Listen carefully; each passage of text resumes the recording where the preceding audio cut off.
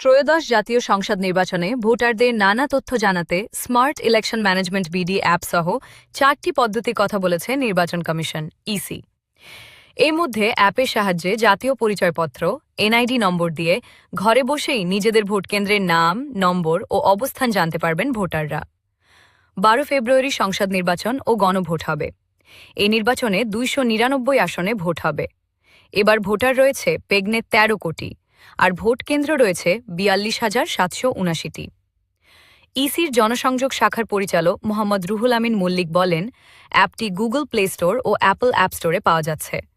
ভোটাররা এর মাধ্যমে সহজেই ঘরে বসে ভোটকেন্দ্রের অবস্থান, ছবি, কেন্দ্র পর্যন্ত দূরত্ব এবং ম্যাপ সহ বিস্তারিত তথ্য দেখতে পারবেন। অ্যাপটির মাধ্যমে নিবন্ধিত রাজনৈতিক দলের তথ্য, প্রার্থীদের হলফনামা, নির্বাচন সংক্রান্ত নানা তথ্য এবং নির্বাচনের ফল সম্পর্কেও জানা যাবে বলে জানান রুহুল আমিন মল্লিক। ইসি বলেছে, ভোট কেন্দ্র ও ভোটার নম্বর জানতে এবার 4টি পদ্ধতি চালু করেছে ইসি। পদ্ধতি 1, smart election management BD app. এই অ্যাপে গিয়ে ড্যাশবোর্ড থেকে ত্রয়োদশ জাতীয় সংসদ নির্বাচন বাছাই করতে হবে।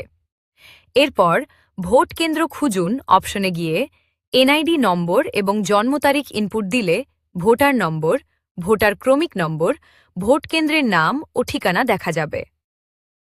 পদ্ধতি 2, হটলাইন নম্বর 105।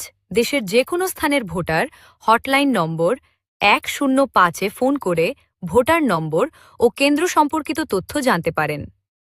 কল করার পর 9 চাপলেই অপারেটরের সঙ্গে কথা বলে তথ্য পাওয়া যাবে।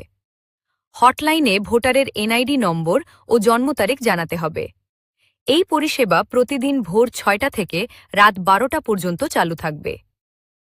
পদ্ধতি 3, 105 নম্বরে এসএমএস ভোটাররা তাদের মোবাইলের মেসেজ অপশনে গিয়ে পিসিএনআইডি লিখে 105 নম্বরে এসএমএস পাঠালে ফিরতি বার্তায় ভোটার নম্বর ও তাদের ভোটকেন্দ্রের তথ্য জানিয়ে দেওয়া হবে। পদ্ধতি 4, ইসি ওয়েবসাইট ecs.gov.bd। নির্বাচন কমিশনের ওয়েবসাইট ব্যবহার করেও ভোটার নম্বর ও ভোট কেন্দ্রের তথ্য জানা যাবে। এজন্য ল্যাপটপ, ডেস্কটপ কম্পিউটার বা মোবাইলের যে কোনো ব্রাউজার থেকে ecs.gov.bd